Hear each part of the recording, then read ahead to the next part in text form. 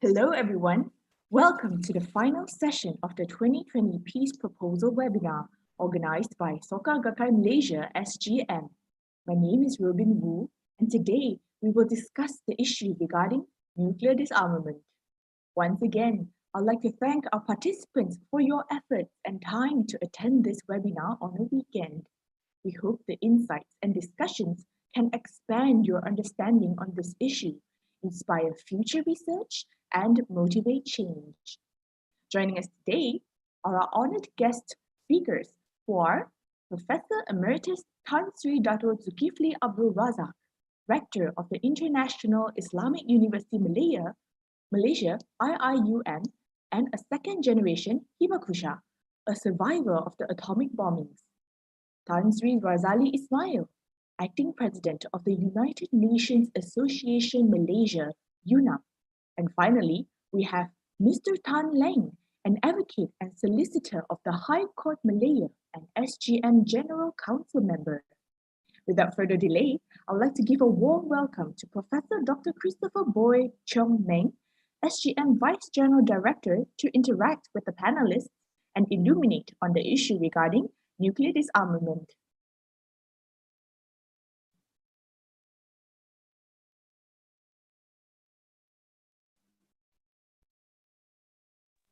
I'm sorry, Professor, I think your mic is on mute. Mute? Okay. Is it all right now? Yeah. Is it all right now? Okay, yes. So once again, a very good afternoon to everyone, and thank you so much for attending today. I hope and pray everyone is well in the midst of the current pandemic, which continues to rage on throughout the world. While this pandemic rages on, we cannot forget another major threat to the survival of humankind, and that is nuclear weapons. Today, 26th of September, is also the International Day for the total elimination of nuclear weapons. I'm therefore very grateful to all of you for finding time on a Saturday afternoon to attend this webinar, which has the theme Nuclear Disarmament. Once again, a very warm welcome and great thanks to all of you for being here with us today. The topic today is very important and very timely. As you heard just now, we are very fortunate to have three very distinguished speakers: Professor Emeritus Tan Sri Dato Dzulkifli Abdul Razak, Tan Sri Razali Ismail, and Mr. Tan Leng. It is 75 years since the US dropped atomic bombs on the Japanese cities of Hiroshima and Nagasaki on 6th and 9th of August 1945. If you have a look at the next slide, you will see the bomb in all its horror.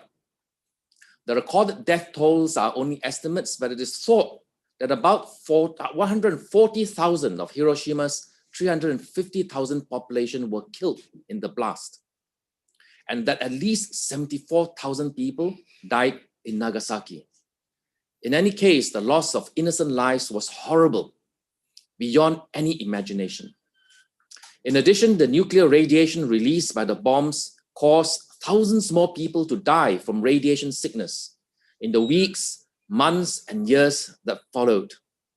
If we look at the next slide, those who survived the bombings are called the Hibakusha. Survivors faced a horrifying aftermath. Unimaginable illnesses developed in their lives, including severe psychological trauma. The experience of a nuclear bomb is something humanity must never, ever go through again. And yet, in spite of the fact that it's already 75 years since the atomic bombing of Hiroshima and Nagasaki, the world still has not been able to abolish all nuclear weapons. If we look back in history, there have been many attempts to limit or abolish nuclear weapons.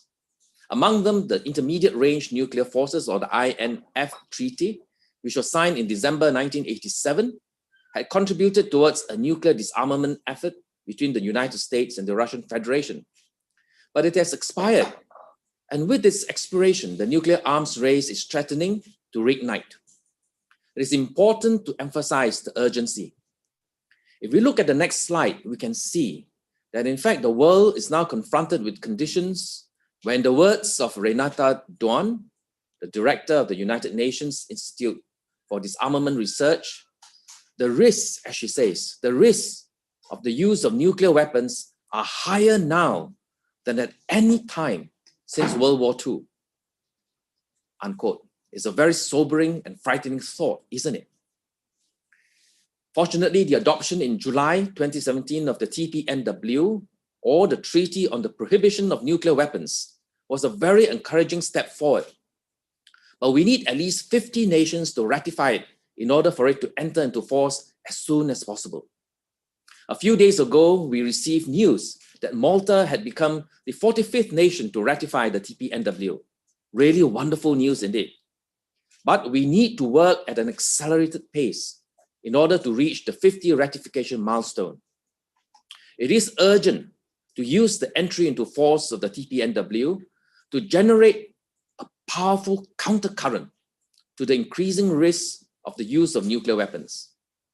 The prohibition against the use of nuclear weapons under any circumstances that the TPNW establishes is of a very momentous historical significance, for it embodies above all the vow of the world's hibakushas, some of whom are still alive, victims of the bombings of Hiroshima and Nagasaki.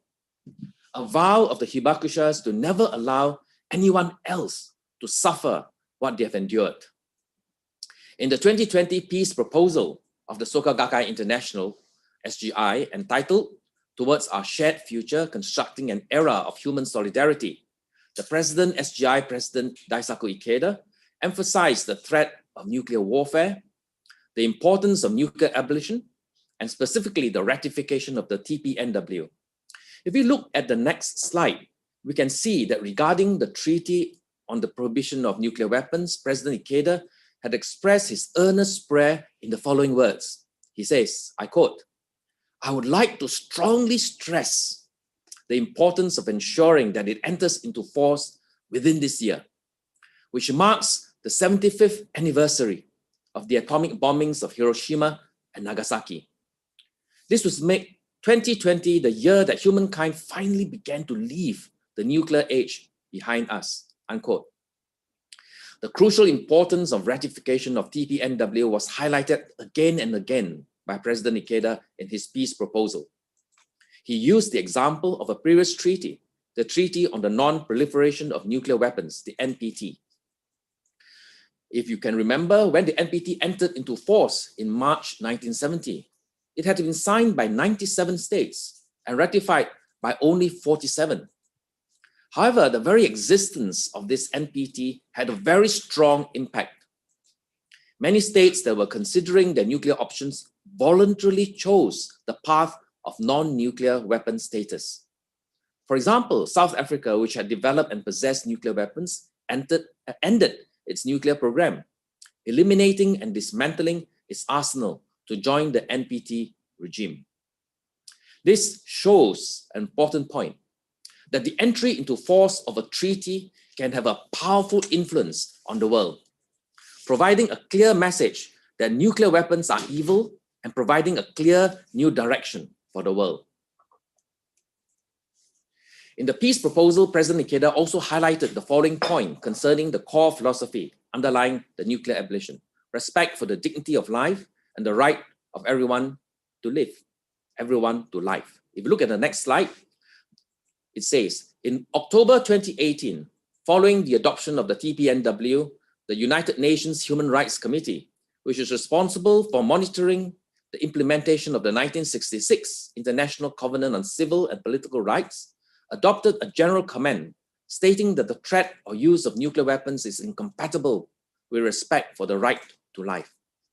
The right to life is defined in the ICCPR as being one from which no derogation is permitted, even in emergency situations, underscoring its uniquely important place within international human rights law. In this way, the problematic nature of the threat or use of nuclear weapons has been clearly pointed out in relation to one of the core rights in international human rights law, a truly significant development. This point was also at the heart of the declaration calling for the abolition of nuclear weapons issued by my mentor, Jose Toda, in September 1957, unquote. So President Ikeda is referring here to a youth division sports meeting. If you look at the next slide, which was held at the Mitsuzawa Stadium on September the 8th, 1957, where his mentor, President Toda, made a historic declaration calling for the abolition of nuclear weapons. It was a gathering of 50,000 youthful successors to whom he was entrusting the Soka Gakkai's eternal mission to pave the way for peace and happiness for all humanity. In the 1950s, as the Cold War intensified, the nuclear arms race between the superpowers escalated. The confrontation was intensifying, and there were looming fears of possible breakout of a Third World War. Disarmament negotiations between superpowers were very complex and very technical, with each side placing blame on the other side, and with all finally ending in failure. Mr. Toda's position, however, came straight from his heart, and it was simple, it was clear. Nuclear weapons threaten the right to life and are therefore absolutely evil. They must not be produced and must never be used. About a month before the declaration, a major magazine interviewed Mr. Toda, the tape recording of which had been archived. Mr. Toda said, if you look at the next slide, quote, he said, "My commitment goes far beyond a protest calling for a mere test ban. I'll never let these weapons be used in war. I'll never let them use such weapons," unquote. On the day before the Youth Division sports meeting, a powerful typhoon approached eastern Japan. The rain lashed furiously against his window, just like the storm of anger that raged in his heart against nuclear arms.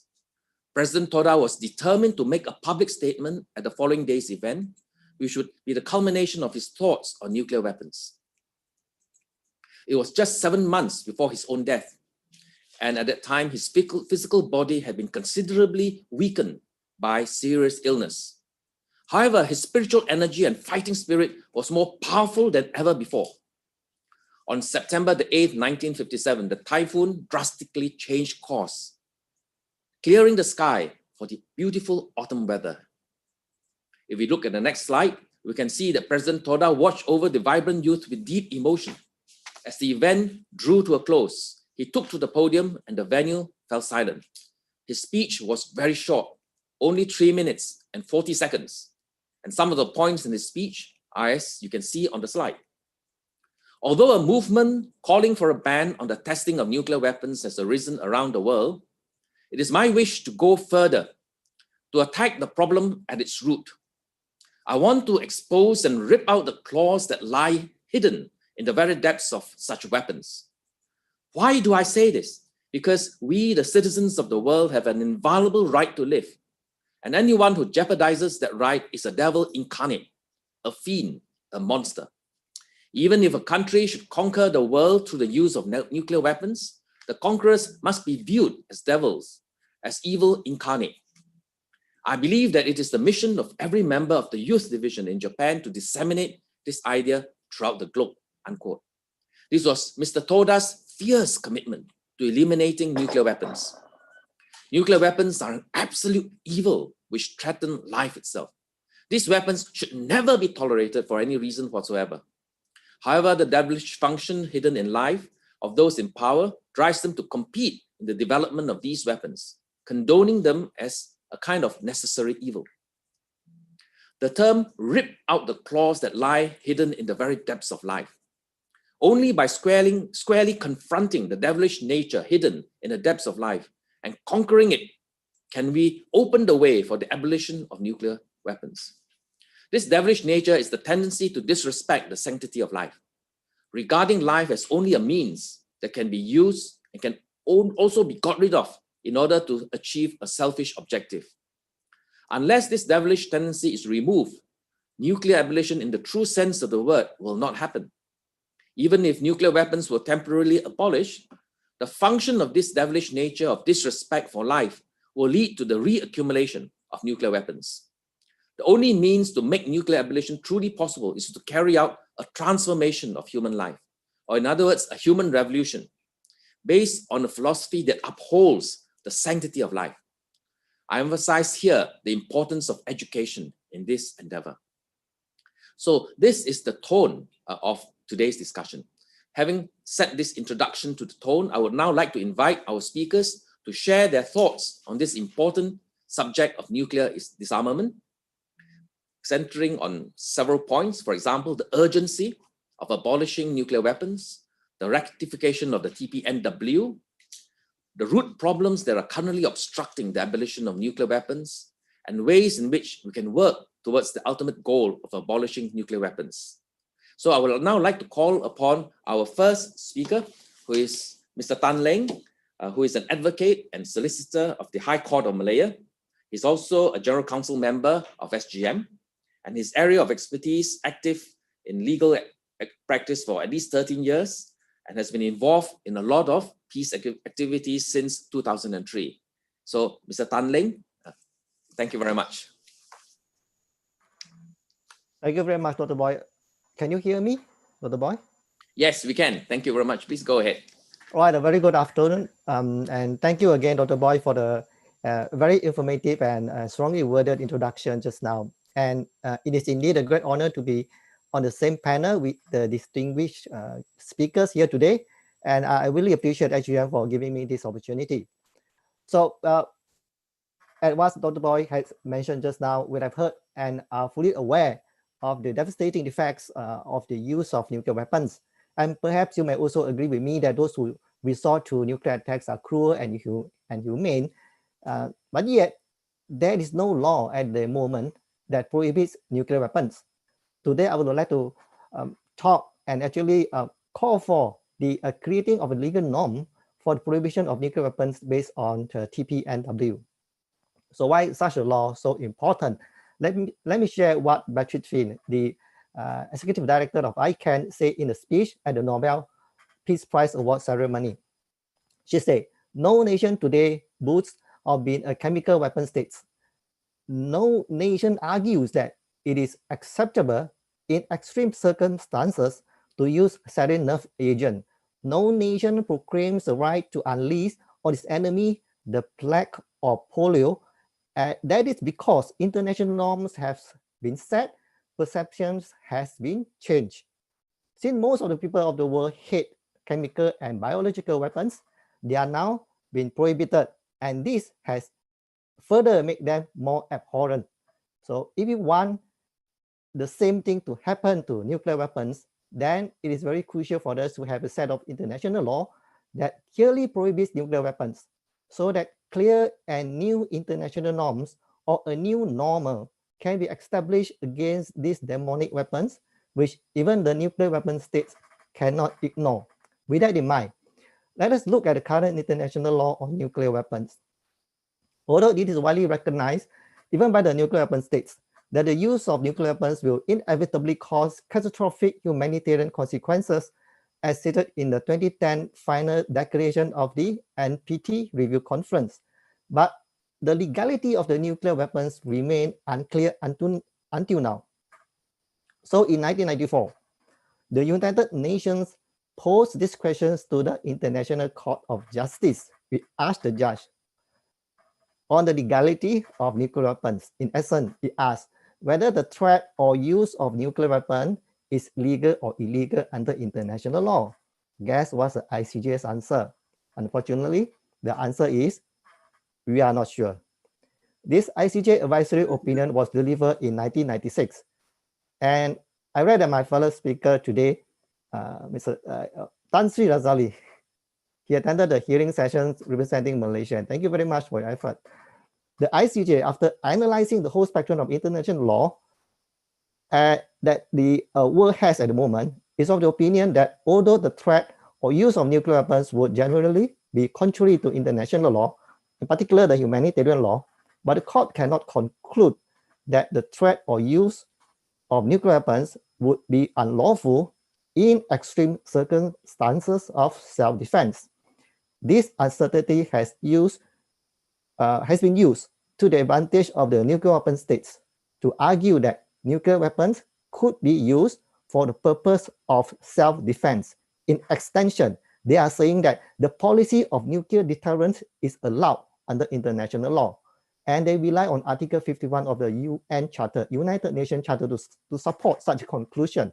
So let us look at what Article 51 says, this article provides the UN member states with the inherent right of individual or collective self-defense if an armed attack occurs against them. This has been interpreted by the nuclear weapon states to mean that it allows individual states to employ weapons for the purpose of self-defense, including nuclear weapons, since it is not illegal for their own safety and also for the collective safety of those states under their respective nuclear umbrella. As you can see, the international law as it stands now is not helpful to the non-nuclear weapon states in advocating for nuclear prohibition or nuclear abolition. Since ICJ was not helpful, so let us look for another court, the International Criminal Court. Unfortunately, it is not helpful either. That is because Article 8 of the Rome Statute, which created the ICC, only include employing chemical and biological weapons as war crimes. Ironically, it is silent on the case of employing nuclear weapons, which is much more devastating and cruel than the chemical and biological weapons. Therefore, it has been argued by the nuclear weapon states that it means the use of nuclear weapons during war is not even a crime under international law, and we can't even press charge on those who have used nuclear weapons in the ICC. Anyhow, we may see a glimpse of hope from the wordings in the NPT.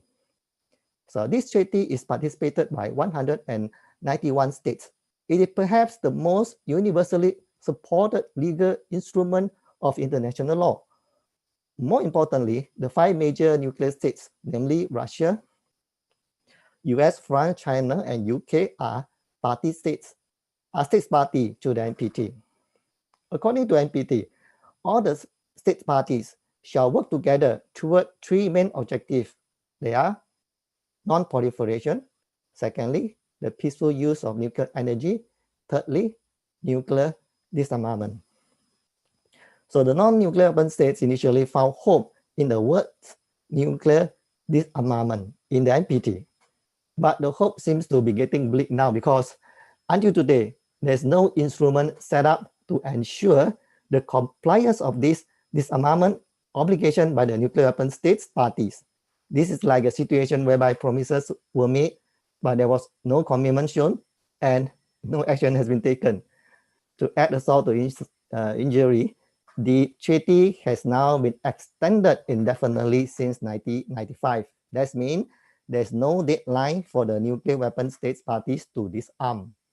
As we can clearly see from what I have said just now, there are apparently legal gaps left wide open in international law, perhaps on purpose. And these have actually allowed a worrying trend of self-defense being transformed by the advocates for nuclear weapons to mean that international law allows policy of nuclear deterrence to be practiced by nations in the name of self-defense. And nuclear deterrence is a large, dubious excuse that nuclear weapon states are now clinging on to keep their nuclear arsenal. So now it is clear to the non-nuclear weapon states that we cannot rely on NPT to make nuclear disarmament happen, and we have to fill up those legal gaps that allow nuclear weapons to continue to exist until today. We need a clear international law that prohibits nuclear weapons. With this in mind, the United Nations have adopted the new and comprehensive TPNW, the Treaty on the Prohibition of Nuclear Weapons, in July 2017. So this comprehensive nuclear ban treaty was signed by 122 countries and ratified by 45 countries so far. It has to be ratified by 50 signatory countries for it to enter into force. So there are 5 more to go. Malaysia has signed the treaty, but has yet to ratify it. I would say that the language in TPNW is clear enough to create that international law to make nuclear weapons illegal. The clear wording can be found in Article 1 of the TPNW, which prohibits 7 acts under any circumstances. For whatever reason, even in the case of self-defense, it prohibits the use of nuclear weapons, threat to use, development, testing, production, possession, stockpiling, transfer, and stationing nuclear weapon in another country. And Article 4 says in no uncertain terms that the ultimate aim of TPNW is to abolish and eliminate nuclear weapons. With these crystal clear words, once the treaty comes into force and in operation, we would have a piece of international law that will make nuclear weapons illegal in whatever circumstances. But our journey towards nuclear abolition does not end with TPNW, because unfortunately, the treaty is not binding on the nuclear weapon states and even the nuclear dependent states, since they did not participate in the negotiation of the treaty, and certainly, for obvious reasons, they did not sign the treaty. This is a downside of international law. A country has to agree to be bound by the particular law before it can be binding and applicable to the country. So this is different from domestic law, where we are all bound by our country's law, regardless of whether we are agreeable to it or not. As such, international law requires a good faith and a kind of self-imposed veto from each nation for it to be effective. Despite that weakness, it is still very important for TPNW to come into force, simply because it represents 2/3 of the world countries. So it carries with it the express will of the majority of the people of the world. Although it is not binding on the nuclear weapon states, but it will certainly create a clear norms on the illegality of nuclear weapons, and will certainly exert a normative force on the international arena that will then change perception and change behavior. To put in simple words, norm means something ought to be done, and that human being ought to behave in a certain way. When certain acts, for example, wearing a mask, were made into law, and most people are wearing it, then even if it's not binding on you, let's say, yet the social force brought about by that norm will push you to consider that you ought to wear a mask also for a good reason. So it changes your behavior. Therefore, ratifying TPNW and making it operational is just the first step towards a nuclear-free world. But it's a very crucial step in creating that prohibitory norm on the world stage. And TPNW will also change the way we deal, the non-nuclear weapon states deal with the nuclear weapon or nuclear dependent states. This is because upon TPNW coming into force, and with that clear normative force that it carries, non-nuclear weapon states will be able to garner greater public opinion for us to pursue an unequivocal narrative for the prohibition of nuclear weapons in our engagement with the nuclear weapon counterparts.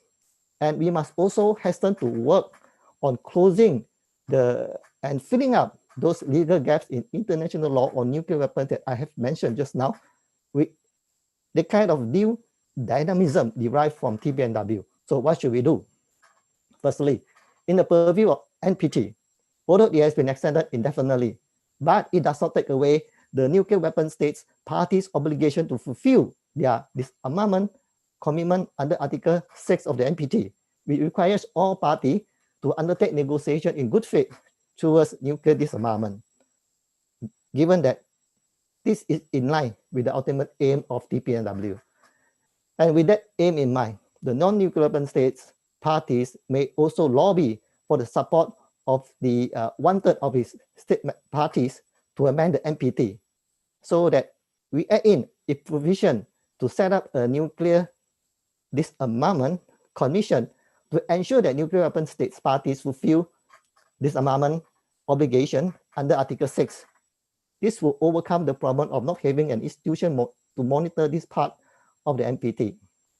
Secondly, the notion of self-defense contained in Article 51 of the UN Charter that I mentioned just now shall be given new perspective and new interpretation in line with TPNW.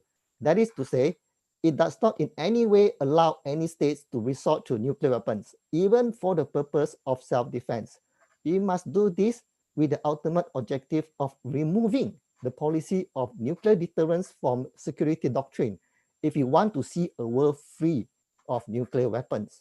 Then, based on this new interpretation, and in order to achieve the lawful aim of TPNW, the UN Security Council, which the five major nuclear weapon states happen to be the permanent members shall be consistently be reminded on their responsibility in formulating plans to regulate armaments, including nuclear armaments, pursuant to Article 26 of the UN Charter.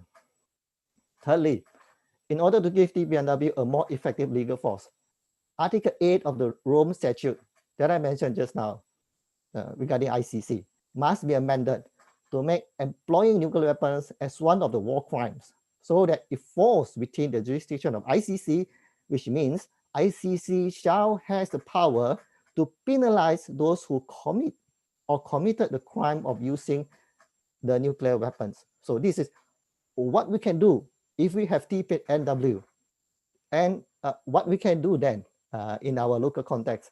Actually, youth in SGM has been holding peace forums since 2003 based on President Ikeda's peace proposal. Every year, we present President Ikeda's ideas and proposal on nuclear disarmament. And youth in SGM has also held exhibition on the horror and irrationality of holding, maintaining, and using nuclear weapons in our efforts to raise public awareness and urge the members of the public so to raise our voice in solidarity for the prohibition and eventual elimination of nuclear weapons. Lastly, I want to talk about, is ratifying TPNW to make it international law an urgent task now?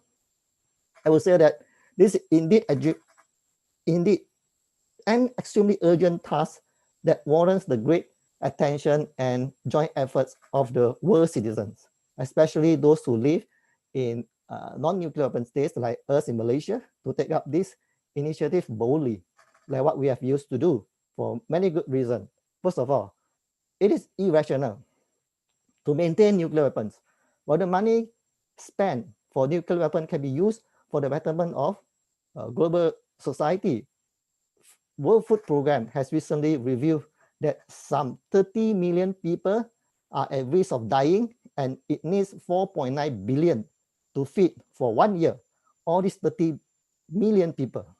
While nuclear weapon countries spend more than 100 billion to maintain their nuclear weapons in 2019 alone, nearly 20 times the amount we need to feed those who are dying, not to mention other myriad of disaster that humanity are facing now that in urgent need of financial assistance.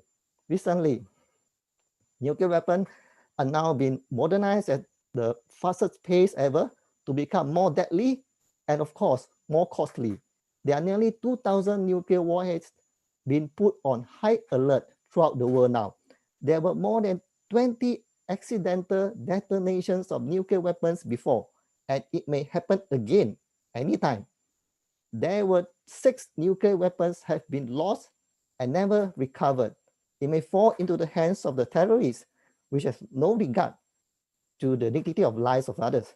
There may be misinterpretation by cyber attack on nuclear system, and defense system is becoming less human now due to the emergence of artificial intelligent weapons. We must not wait any longer to put an end to the nuclear age now. Particularly, especially when the bilateral disarmament agreement like INF, like New START, as Professor Boey mentioned just now, INF has collapsed since August last year. STAR, we're going to face the same fate. So now is the most crucial moment. Finally, I would like to share a quote by SGM President Ikeda from one of his articles calling for nuclear abolition. He says, faced with the horrifying facts of nuclear proliferation, we must call for the power of hope from within the depths of each individual life. This is the power that can transform even the most intractable reality. And it's my personal conviction that TPNW is a crystallization and a symbol of that hope. So we are now at the crossroad. Let's make it happen. Thank you very much. Tan Leng. Over back to Dr. Boey. Thank you. Thank you very much, Mr. Tan Leng. You have given us a very clear analysis, and particularly so from the perspective of a lawyer, that international law as it stands at the moment is not helpful for the abolition of nuclear weapons and often silent on nuclear weapons, highlighting very, very clearly the need to have a clear international law that prohibits nuclear weapons, and highlighting again the very urgent need that we have to ratify completely and put the TPNW into force. So that is a very, very clear legal background to understanding this important issue.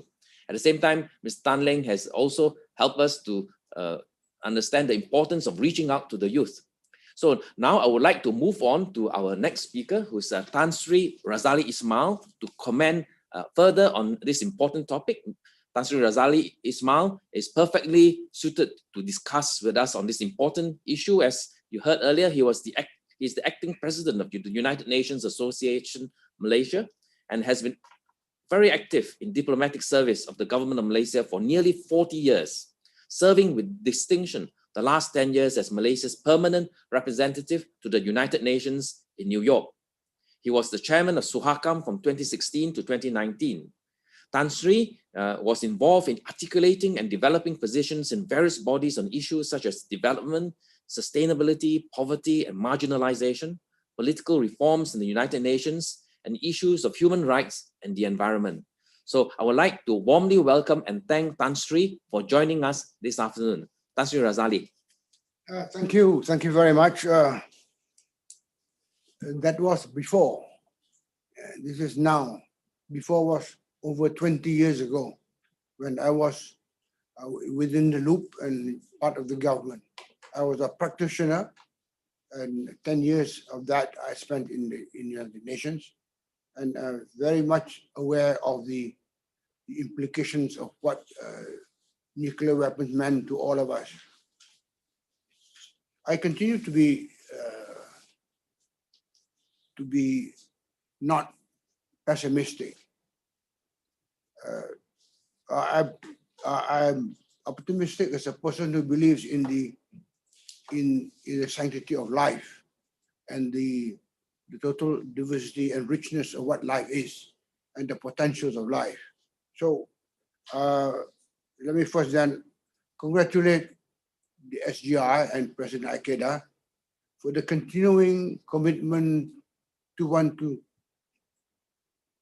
to underline the necessity of getting more and more people, communities, states to be involved in the crusade to try to reduce, if not eliminate totally, nuclear disarmament, nuclear weapons.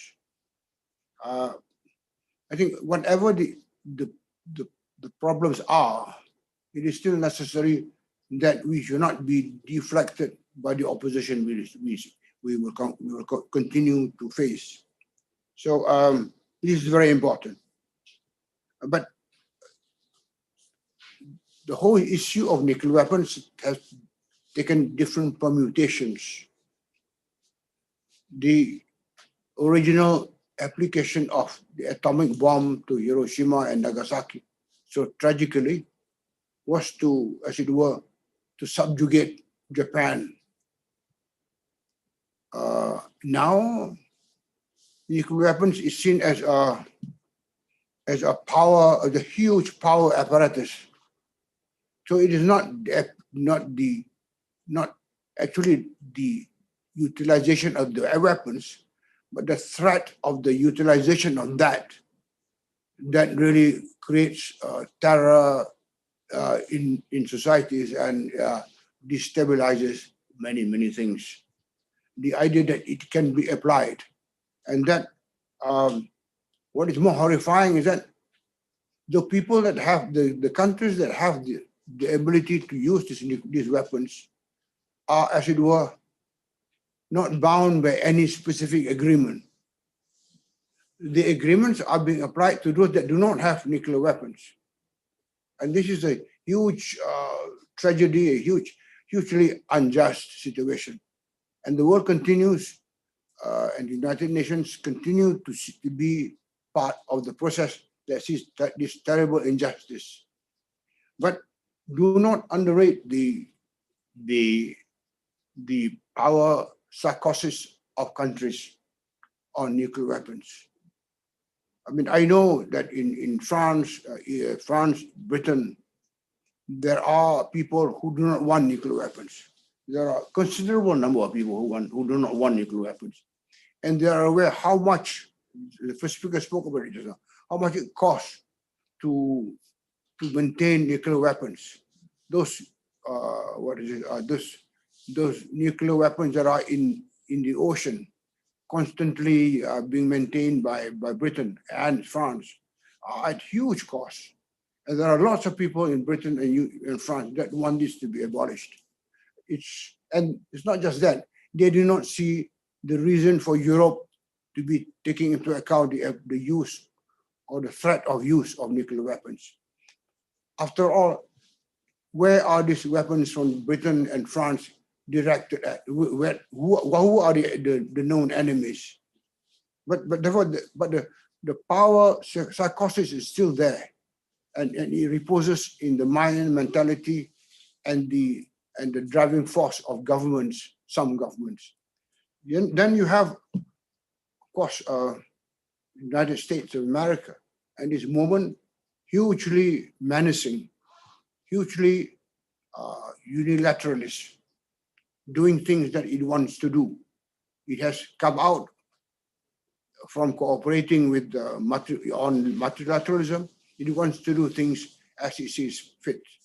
I hope it is just the drive within one president and will not be continued after this. I, for one, would hope that we will be rid of this kind of threat of unilateralism that the United States is doing very soon. But it is not just these countries, United States or Britain. We also have in our area particularly, we have China, we have India, we have Pakistan. For one reason or another, some of the bigger powers of the world have taken the decision that they would have nuclear weapons. And despite poverty, despite the needs of the country for other things, they've spent so much money to do this, and they are not answerable to anybody.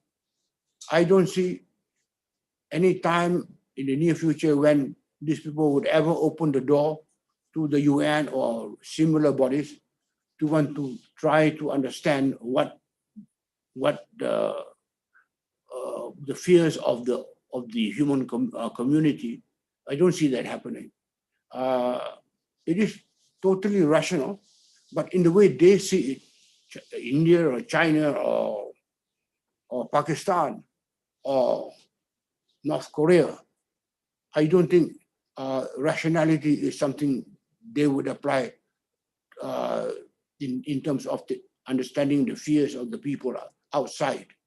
So it happens to be there as nuclear power is an edifice of power itself, something that a lot of us cannot understand.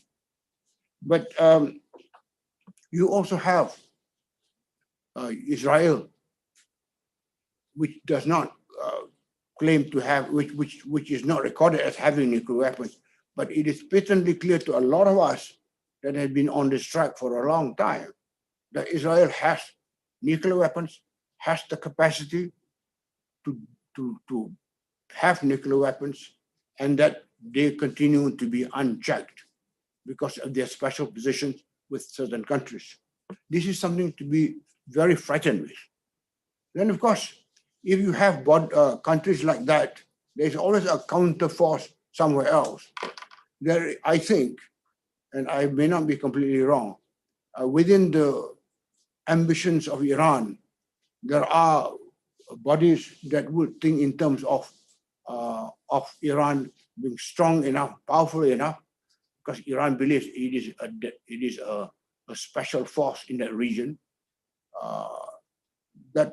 that would impel some of them to think in terms of having nuclear weapons. This is a very dangerous possibility.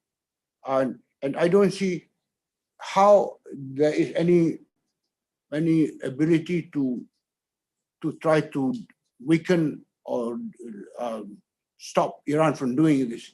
Even America tries to apply force or to force Iran not to do it, but the way the Americans have done it have only intensified and underlined the need for Iran to think of ways to make itself to continue to be powerful.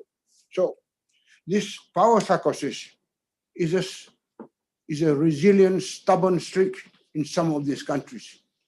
And if we, the human community, the people that are pleading for the elimination of nuclear weapons, we are going to make any dent in what we are trying to do, we would have to deal with the powers that I have mentioned.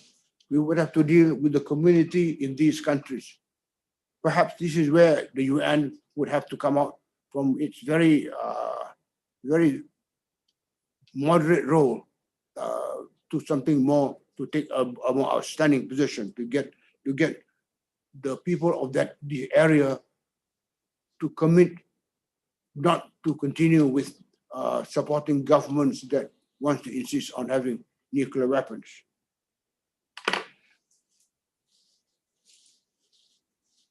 This is a very quick sketch of the political and power situation in the world, but they determine what would be or how successful the rest of us would be in trying to push the campaign to sometimes think in terms of elimination of nuclear weapons, even by stages.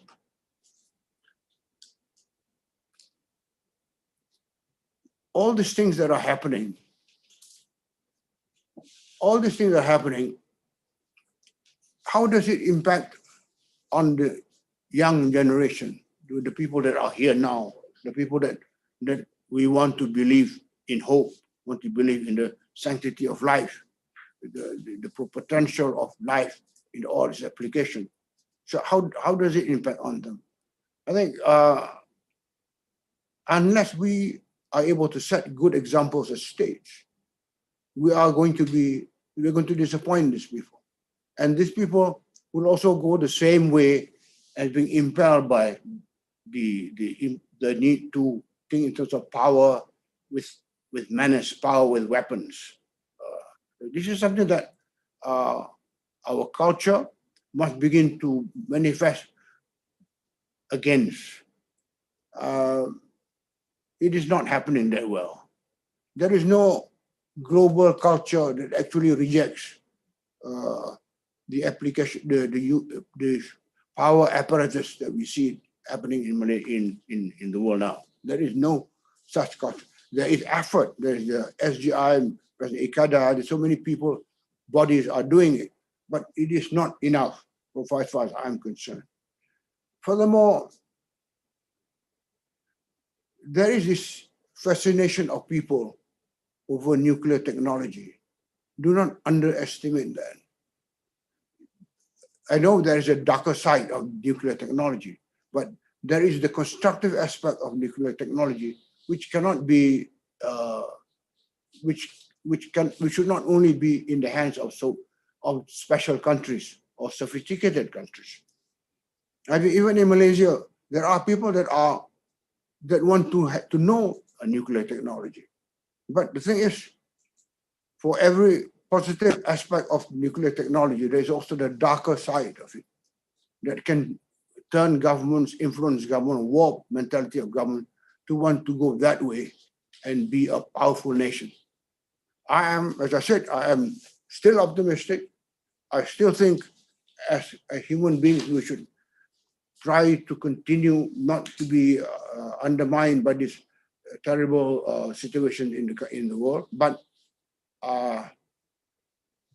it would be a long haul on our part before we get anywhere with this. Thank you.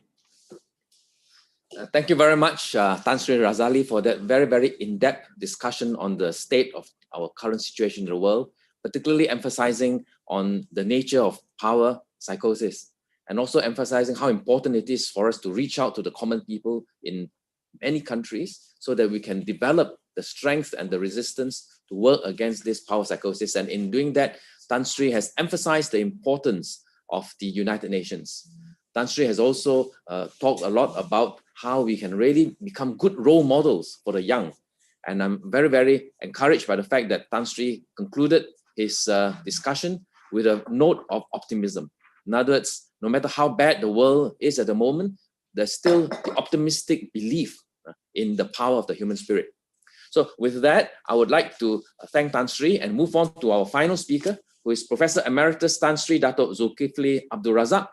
Tan Sri Zul is the Rector of International Islamic University of Malaysia. He's a Fellow of the Academy of Sciences of Malaysia, and he's an honorary lifetime member of the Asian Academy of Management. And in fact, his string of qualifications goes on and on.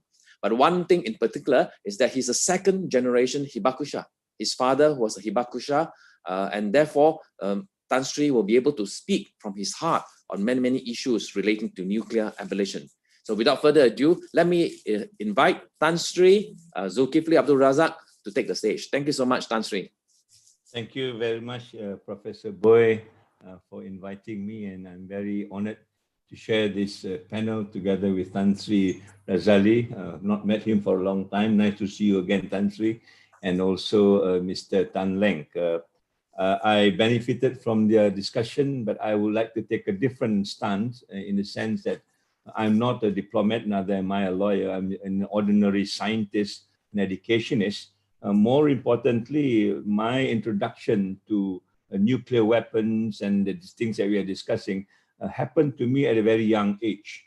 At the age of 10, when my father, the survivor of the atomic bomb in Hiroshima then, began to discuss about the issues of atomic bomb at that very tender age that we are introduced to what war is all about, not just nuclear war, but war is all about aggression, violence. And these are the things that begin to infuse in me and shape my thinking as I grow up into this era of this discussion on the bombs.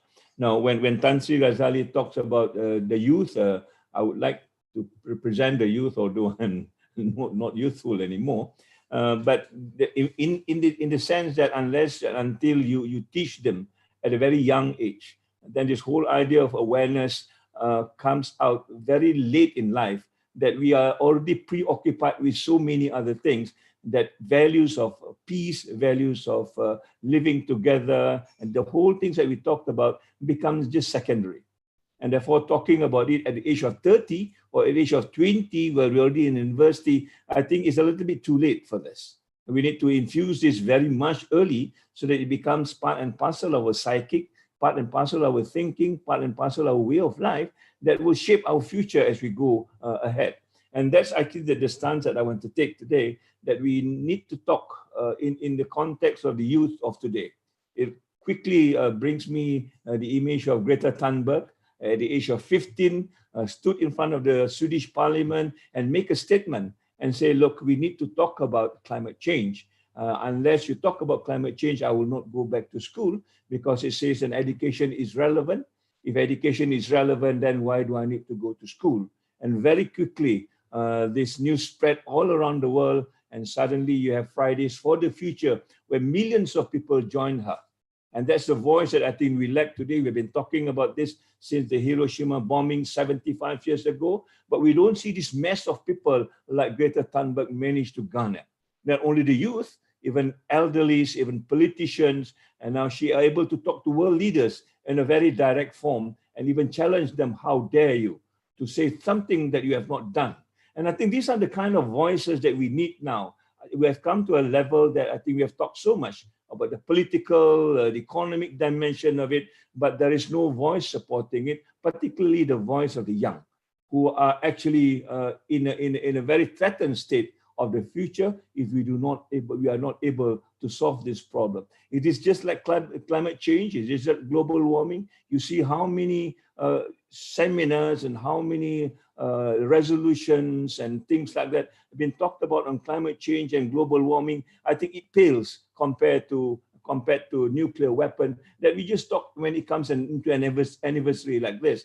Beyond that, I think we do not hear anything about this, whereas climate change and global warming is something that has been talked about almost every day by everyone around the world as such. So I think that's the lacuna that I think we need to address. And I think this issue now becomes very, very clear as far as I'm concerned when we look at the pandemic era today that we are going. And so I'm going to take a perspective of the pandemic and learn lessons from what we have got in the last maybe 6 months. There I think so many lessons have come out that we need to be very clear of where we're going to take this lesson into the context of nuclear bomb and nuclear armaments as such. Yeah?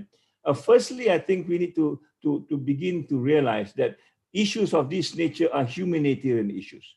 It is not a national issue, neither it is an individual issue per se. It is a humanitarian issue. We need to address this in the context of humanity, in the context of the whole planet. How do we get this together? And pandemic tells us, until and unless we have social solidarity, social bonding, not social distancing. I think we've been led with this word social distancing for a long time. We want to talk about physical distancing, but social bonding, social solidarity, that's the only way out. Unless we get into terms together and find out that we need to wear masks together at certain times and certain place. There's no two ways about this. We need to be clean, we need to wash our hands, we need to do all the things that is so simple. It is not difficult. There is no technology as such involved in all these things. But even without the vaccine, I think if we work together, we should be able to cut the transmission of this virus and hence push it away from what it is today. So I think there's a lesson that we need to learn when it comes to nuclear armaments as such, but I don't see this lesson. We still talk about nations wanting to have their nuclear armaments, and as Tan Sri Razali said very clearly, what's the rationality on this? Suddenly we become very irrational when we talk about defending nuclear weapons. And I think this is something that we need to start looking at. How do you actually address this in the context of the pandemic? And the pandemic tells us also, until and unless we are able to garner people together around the world, and particularly the youth, we will not be able to crack this open. So this question of awareness, the question of how do you bring people together at a very tender age, hopefully, then you can get this massive group of people demonstrating, telling the leaders what to do and putting them on very accountable of what they do, because you are going to threaten the life of people. The pandemic also tells us now, we will probably not solve this problem even there's vaccine if our behavior do not change. If our behavior is still the old kind of behavior, regardless of what sort of vaccine you're going to get, at the end of the day, it will still be there within our midst.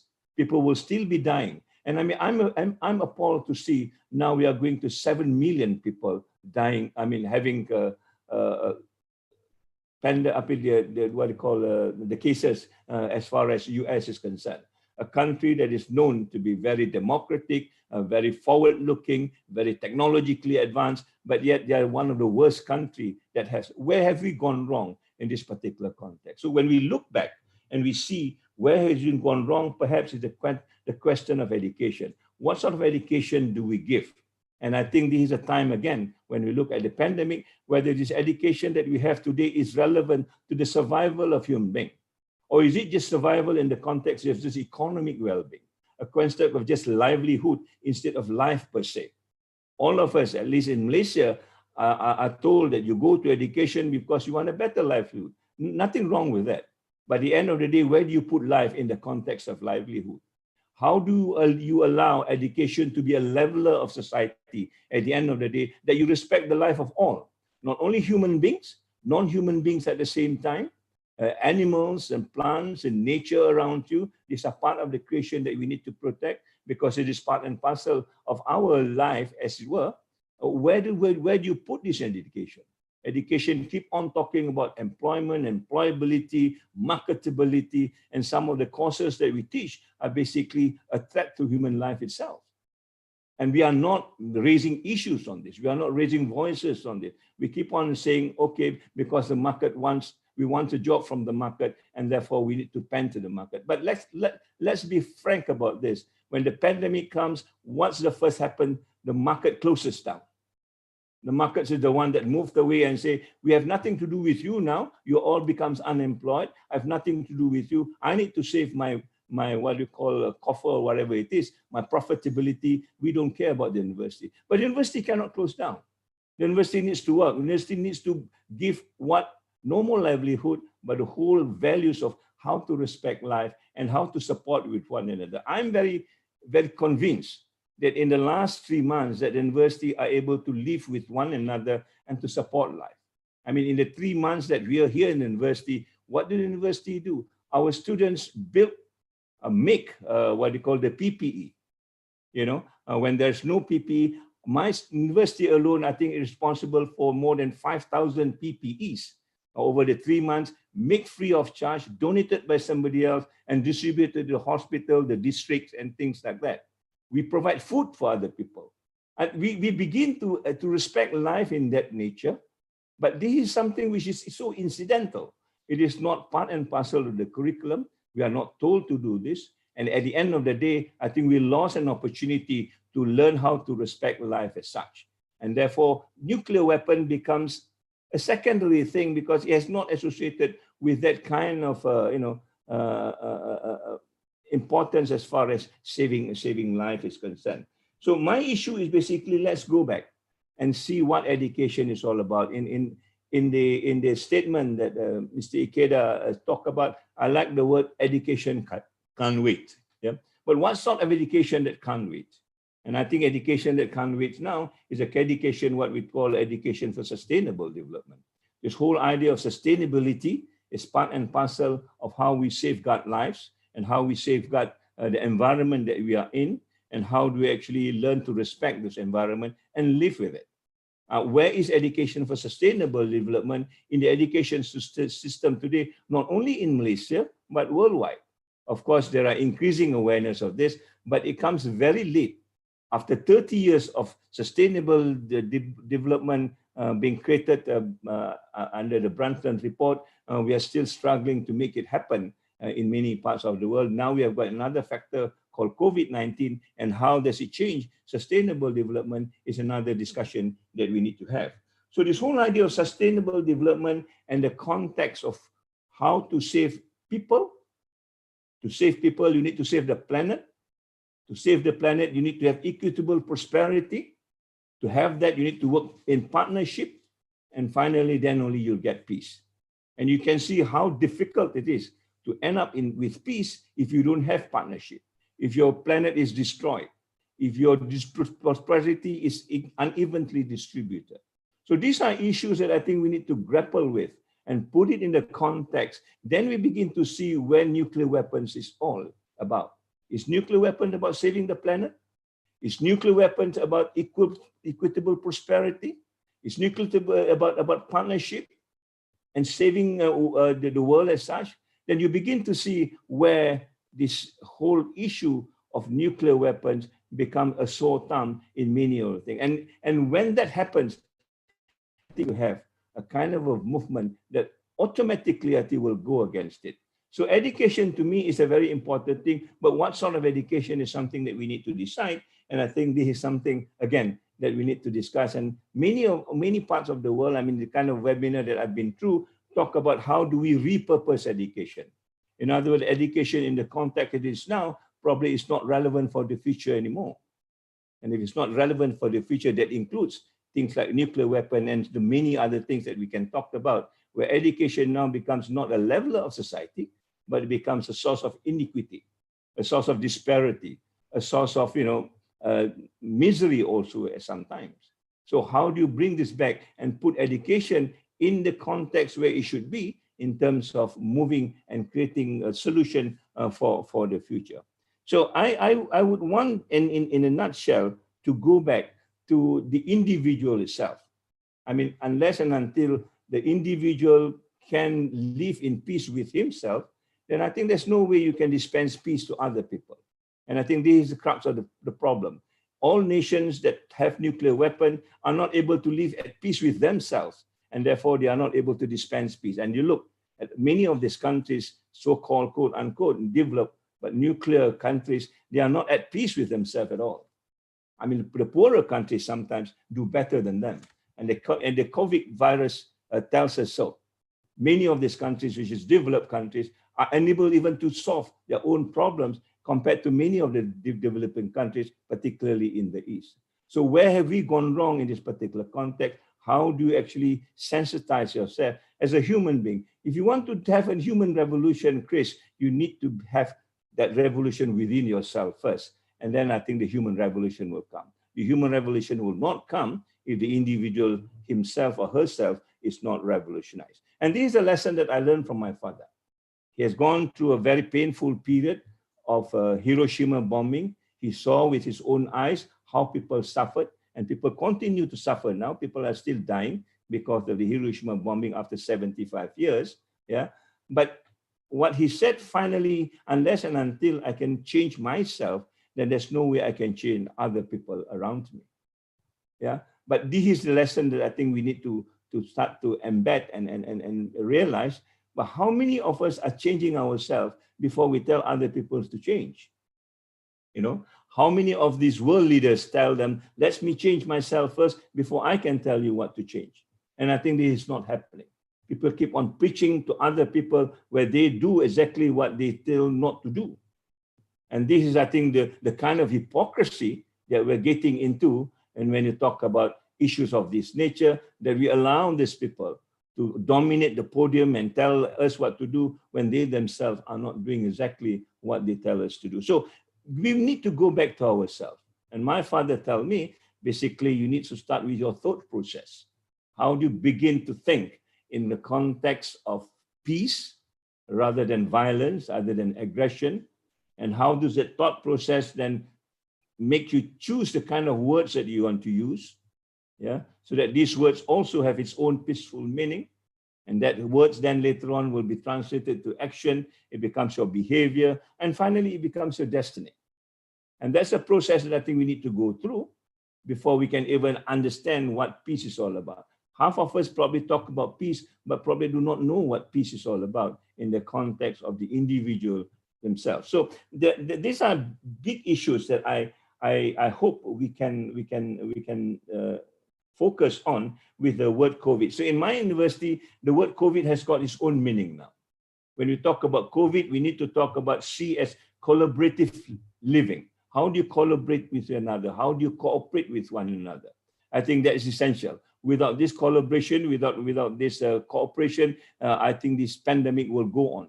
Equivalent, I think, into this whole issue of nuclear war and so on and so forth. O is about openness. How do we be open and be truthful about this? This fake news and all these other, political innuendos, I think needs to go. We need to be very frank about this. What is it? What is the issue that we need to solve together? Hiding behind with second agenda, having opened what you call Cold Wars and stuff like that are practically barriers to creating solutions. How do we become open, and openness as something that I think we need to treasure in looking for the solution. We talk about V in terms of values. What values do we share with one another?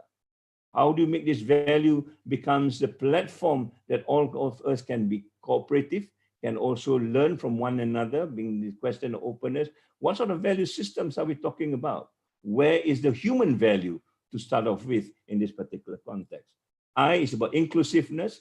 Doesn't matter who you are, doesn't matter whether you are black or you're white, yeah? Life matters. Not only black life matters, all life matters.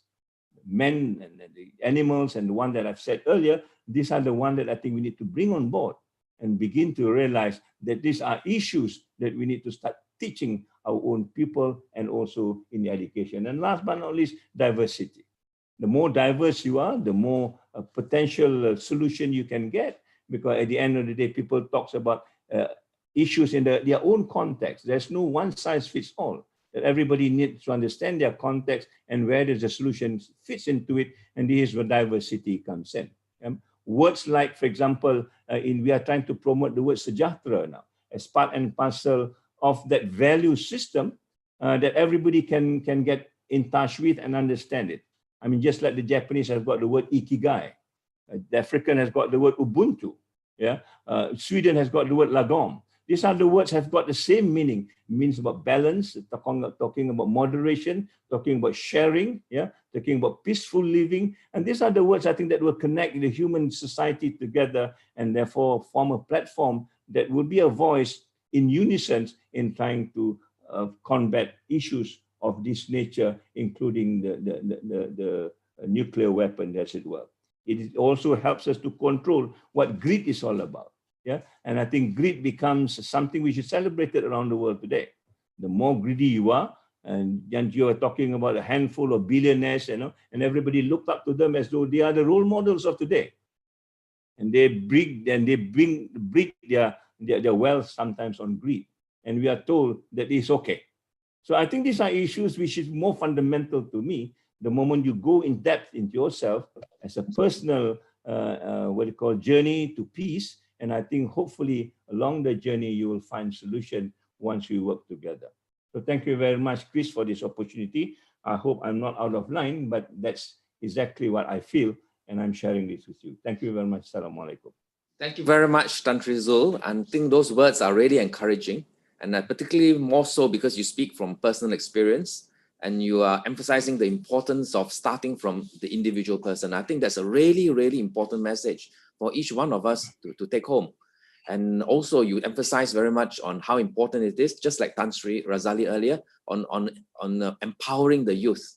And you long for hearing the voices of the youth and giving the example of Greta Thunberg and wanting to really hear more of such great voices. So I think I would like to thank all three speakers very much. We've got time for question and answers. And I've actually received so far 2 questions. And the first question is actually quite legal. So I would like to give that to Mr. Tan Leng. It says, how if the TPNW was ratified by 50 nations, but not recognized by the big nations like the US, Russia, and China, could that treaty still be effective? That is the question. So because it's legal in nature, can I ask Mr. Tan Leng to attempt to explain on that question? Mr. Tan Leng. Thank you, Dr. Boey. And thank you for the questions. I think the questions hit directly to the issues, whether it will be effective if especially the nuclear weapon states that mentioned just now are not the parties. So unfortunately, if these nuclear weapon states do not sign the TPNW, it will not be binding on them. That is the features of international law. Due to there's no effective enforcement mechanism that will have the same effect on every country, because for the citizens we are of equal power, but then in the worst scenario we have superpower country like what you mentioned just now. I mean what was mentioned just now, those big countries which may not be susceptible or vulnerable to certain remedial or actually prohibited method out to those countries, you see. So it may not effective. So that's why the international law will only be binding on you if you voluntarily surrender yourself to that law.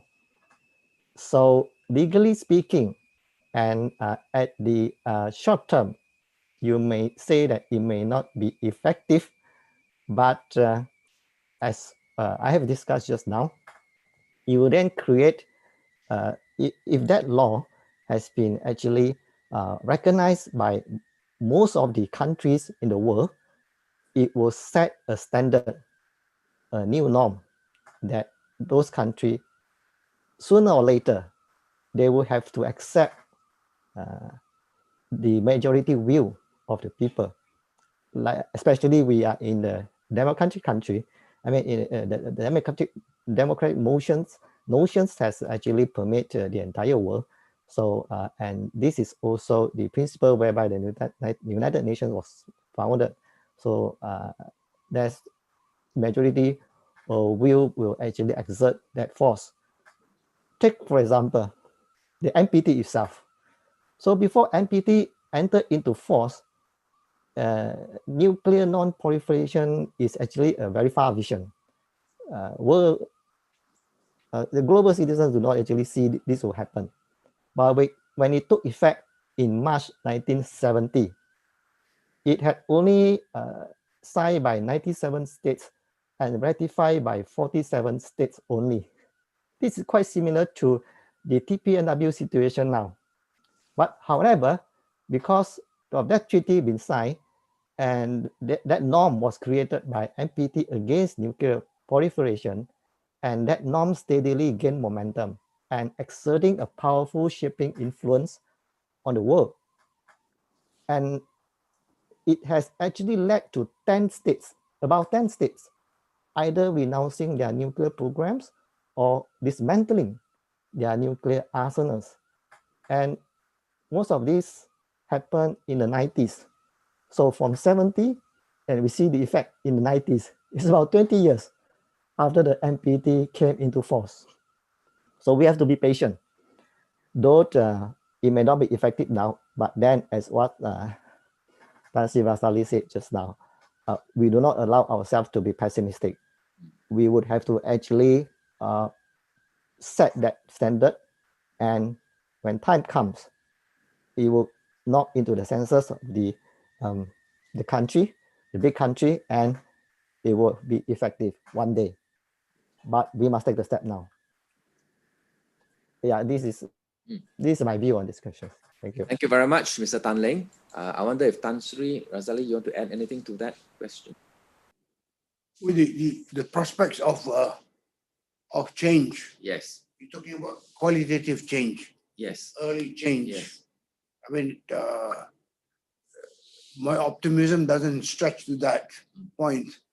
I cannot be that optimistic, but we still have to continue to do it. Yes. Maybe you should look at what are the things that have made change necessary. To me, the two successful elements that have brought about change in the world are market forces and science and technology. Market forces actually have compelled people to change in so many ways. It has made irrelevant, unnecessary the villages. People have run away from the villages to come and stay in town. It's because you have to make a living, and living is here in the urban area. Science and technology too has made many things necessary. The coal industry will be obsolete in so many years, and that's and the way we deal with energy is going to change. So science and technology has brought that about. There's so many things that science and technology has done, but how do we then put together the forces that want the elimination of nuclear power in that context? You have somehow to tell the people that these things are not relevant in the market context, and these things are also equally against what science and technology is trying to do. But having said that, I continue to be very cautious of how the powers that have these weapons will respond to that. Maybe we should persuade one or two first. I think persuade somewhere, the British perhaps, persuade the Indians. I don't know, but one has to be hopeful.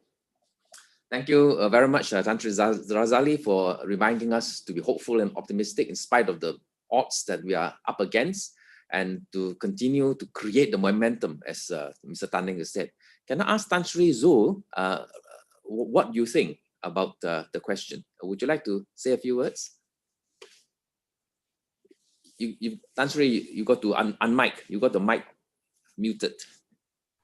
I want to add one more to what Tan Razali has said. I think education should be one of them. Yeah. When you look at sustainable development, education has managed to change mindsets, and people are now talking about different ways of living and stuff like that. But the difficulty with education, they are also subjugated to markets. As I mentioned earlier, for example, in our university, the moment you want to introduce courses, we will be asked by the ministry, is this, have you done a market survey? You know, if you've not done a market survey, then do so. At the end of the day, we asked, what did the market think? The market said the market doesn't want this, so we don't offer this.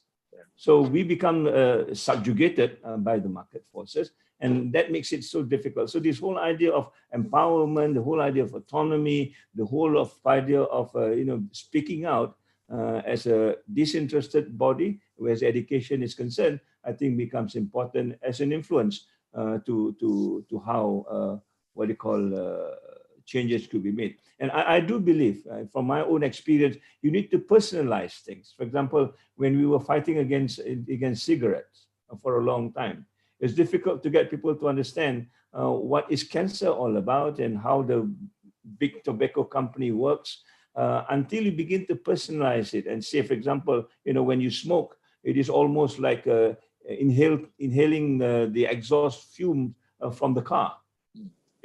The tar that you inhale is almost like licking the roads that you walked all the time.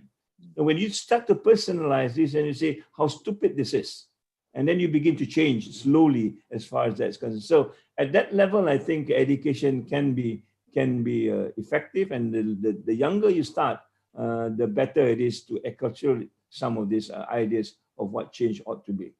Thanks. Thank you very much, Tan Sri Zul, for bringing us back to education. In fact, the next question from the audience is about education. The question was about, let's see. Nowadays, the purpose of education is important, but for the young, it is not easy, especially in the pandemic when it can be expensive. And also, the education system might be tough and unequal, especially for those who are poor. How can we reach a situation where everybody is able to get education regardless of whether they are poor or not? So this was a question from the audience. Maybe Tan Sri Zul, can you maybe say some words about it? Yeah, this is a question that we have been toying for a long time, and I think we need to look at the model of education today, right? We've been critical about this for a long time, and I think it's time to voice it out, because COVID really demonstrates that the education system today is not what it is for the future. Now, we talk about education today in the context of 3M. And the first M is about manpower, right? It's about employment and employability. I'm not against it, but that's not the priority for education, right? And when you do that, we talk about just training the minds, how to think innovatively, how to be creative, and so on and so forth. And all this creativity now are constrained by just technology. You talk about high tech. When you talk about creativity or social innovation, for that matter, it's not one of the agendas that we talked about. When you talk about values, where social innovation becomes more important in the context of processes, but we keep on talking about innovation in a utilitarian sense. Until you can do something and sell it, and the market accepted it, then you are not considered innovation. So the 3M for us gives you the fourth M, which is markets, or marketability, or even money for that matter. So I'm going back to this whole argument of economics, livelihood. The logic of economics dominates everything in education. When you talk about technological change, it is about economic change. When you talk about creativity, it's about economic change. So all things are being put under just economy. And when we look at how does this relate to everything else, then we probably do not find the answer. Now, when we see COVID, when we begin to see an expansion of this thing, so instead of talking just about manpower, we begin talking about humanity as a bigger goal. You can have whatever manpower you want, but if it doesn't relate to humanity, then it will not work. So there is a shift now from thinking about just very isolated, siloed way. How do you change it into a bigger picture where humanity becomes important? When you talk about mind now, we were talking about values and we talk about the heart. The brain is not the only seat of intellect. It's also the heart, the emotion, social-emotional factors becomes important now when you talk about mental health and so on and so forth. So there's another expansion. You broaden up what education is all about. When you talk about high tech, we begin to talk about high touch. And this is where we want to humanize education. So when you talk about IA, for example, artificial intelligence, now how do artificial intelligence helps us to be more human rather than to be more robotic? These are the issues that so this expansion of the 3 M's into the 3 H, and the last H is what we call the humanizing education. How do you humanize education so that human beings can be in touch with themselves again and other human beings and the environment around it? So that's a model that we've been working on and try to go back to what education is all about in trying to make a future that is just, equitable, and also fair. I have probably not much time in this, but there could be an hour-long sort of a discussion of how or where you want to make. So when you talk about repurposing education, so we are going back to these 3, and these 3 are all based on values. When we talk about humanity, when you talk about there must be a value of sympathy. Unless you sympathize with other people, then humanity does not mean much to you. When you talk about the heart, it's about empathy. You need to go out and work with them and dirty your hand and sweat it out with them and understand what poverty is all about in real life, not just in your econ room or reading textbooks. How do you do that? And finally, when you talk about high touch, it's about compassion. How do you give without asking for returns? And our education system is all about returns. I do this, how many credit do I get? If I don't get the credit, then it's nothing that I want to do with this. So these are values that we're going to embed it when you talk about humanizing education. And once you got that structure going, hopefully this will be the kind of education for the future that we talk about that probably is relevant for the next generation beyond COVID or post-endemic pandemic, as it were. Thank you. Thank you very much, Tan Sri Zul. We can see actually the number of questions have gradually built up, but because in the interest of time, we are unable to deal with all the questions.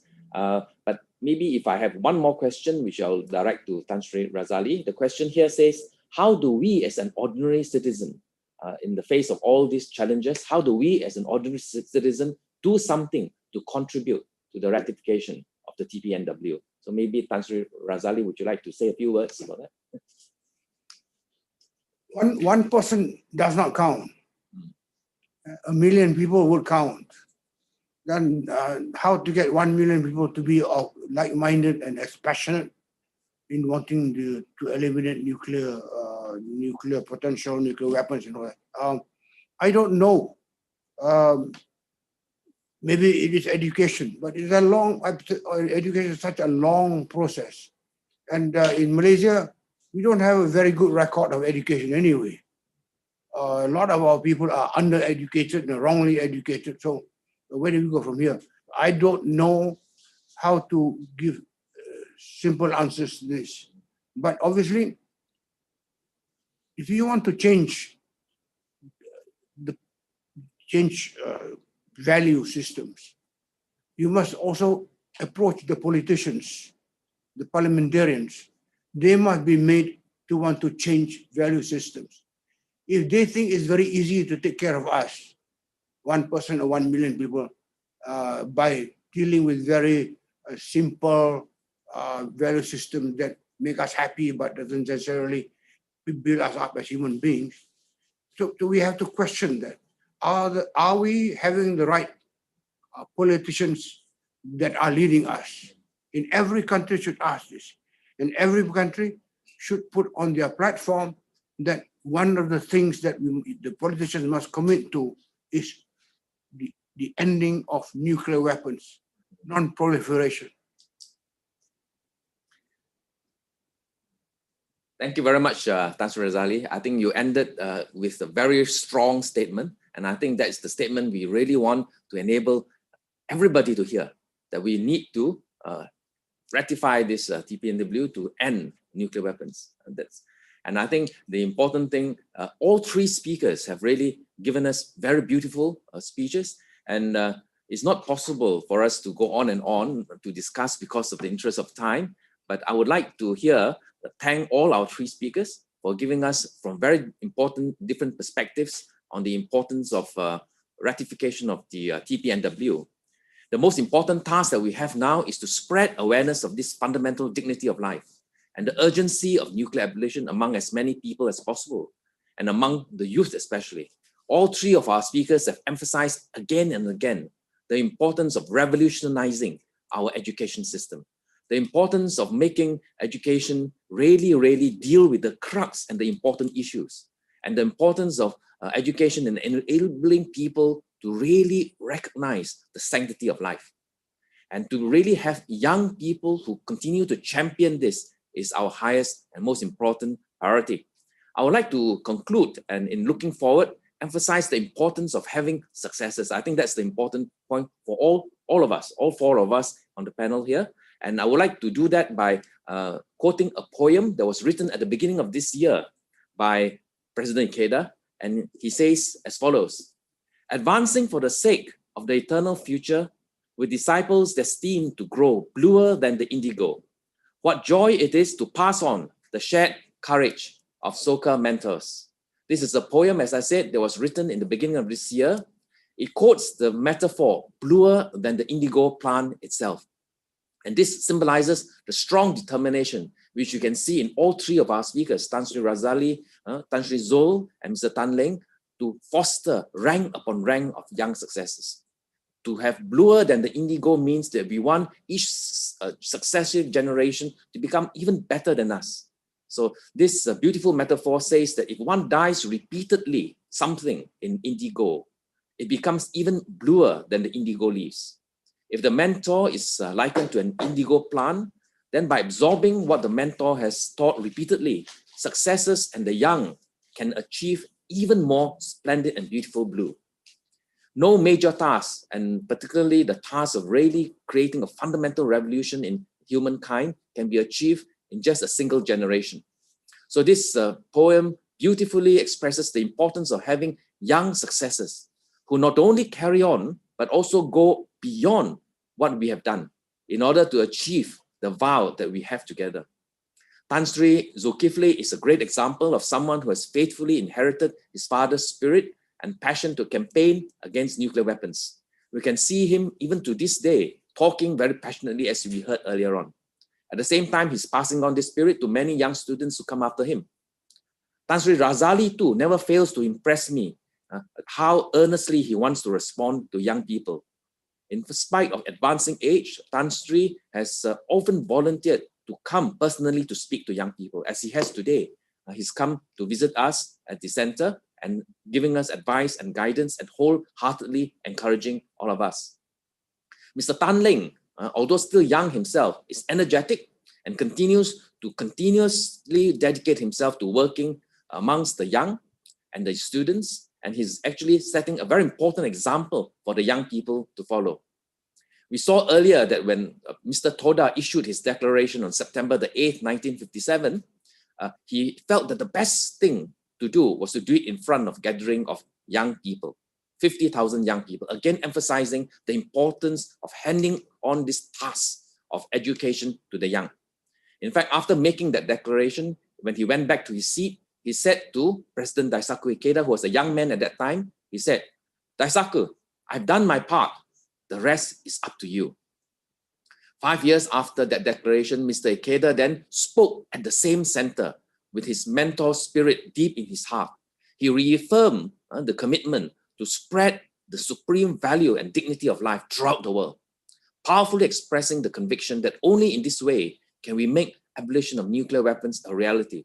No matter what odds we are facing against, no matter what the powers may be that seem to be giving us difficulty, if we have people who stand up, especially amongst the youth, to strongly, patiently, with perseverance, without giving up, then we will win. As Tan Sri Razali says, we can still be optimistic, no matter how difficult the odds. And so even today, at the age of 92 years, President Ikeda continues to advance tirelessly to carry out dialogues, to spread mutual understanding on the supreme dignity of life without giving up. I was deeply moved when once he was asked to theoretically analyze about the possibility of a third world war. In fact, he says, rather than theorize and analyze the pros and cons about whether a third world war is happening, I am giving my entire life every day, even today, to preventing that from happening. So I'm deeply moved that he continues his dialogues, and one of the peoples that he's conducted dialogues with is the renowned nuclear physicist Joseph Rothblatt, who's a tireless fighter for the cause of nuclear abolition. He died in 2005. So in concluding this webinar, I would like to share with you the words of advice from Dr. Rothblatt, in which he emphasized two important things, which have been emphasized also throughout today's seminar. The power from a single determined person is important, and the power of solidarity is the second point. So with the first point, if we look at the next slide, Dr. Rothblatt said, when a small stone is thrown into a pond, the ripples travels widely. Every person has the power to create ripples that can change society. This was Dr. Rothblatt's keen insight, emphasizing the importance of even one person standing up alone. This was emphasized just now by Tan Sri Zul. Change from within, one person to start off with. And this one person will then be followed by another, like the spread of ripples. And it is essential that we have the conviction that as ordinary people, we have the power to transform the times. We must regain that conviction and that confidence that we have to be an important starting point. Each one of us can be that one person. At the same time, if we look at the next slide, Dr. Rothblatt also stressed that solidarity is very important. Solidarity is so important. If we unite, we can change the world. It might take some time, but viewed from a long-term perspective, the people will be victorious in the end. Nothing is more powerful than the voice of youth, as Tan Sri Zul emphasized. The voice of the people, and when the number of voices increase, we have the solidarity of youth. And that will create a powerful voice that even the superpowers cannot fail to listen to. Just like Dr. Rothblatt said, let's stand up courageously in our own respective areas of activities with the pride that will start a ripple effect that travels widely. At the same time, as Dr. Rothblatt encourages us, let's also be convinced that although we are standing alone, when we stand alone courageously, we are in fact deeply united in solidarity with friends around the world who are also challenging to spread this message of respect for the dignity of life and working together towards nuclear abolition. And the next important, crucial, practical step is to work wholeheartedly together towards the goal of the 50-nation ratification of TPNW, so that we can create a peace force that even the superpowers cannot fail to heed. So with this, I would like to conclude and once again offer my deep thanks to all of the participants today, our three honored speakers, and everyone who has been working very hard behind the scenes to make this online session a great success. I wish you all good health, well-being, and a victorious life, and look forward to meeting all of you again. So thank you very much, everybody. Thank you. Thank you. Well done. Not an easy subject, but I think covered important points. All right. Thank you, Professor Dr. Christopher Boey and our honored guests for the insightful discussion. To quote Mr. Daisaku Ikeda, nuclear weapons are entirely impermissible, both in terms of grave threat they pose to peace and for their profoundly inhumane nature as an assault on human dignity. This understanding should undergird efforts to establish a nuclear weapons convention. The work of applying the spirit and principles of international humanitarian law to nuclear weapons is crucial in bringing down the curtain on the nuclear age. Ladies and gentlemen, let us continue our efforts to create awareness and work towards the total abolishment of nuclear weapons. We have come to the end of the event and hope that this 2020 Peace Proposal webinar series have shed light on certain issues that will inspire you to take positive action On behalf of SGM and all our guest speakers, I'd like to say thank you, goodbye, and enjoy the rest of your weekend.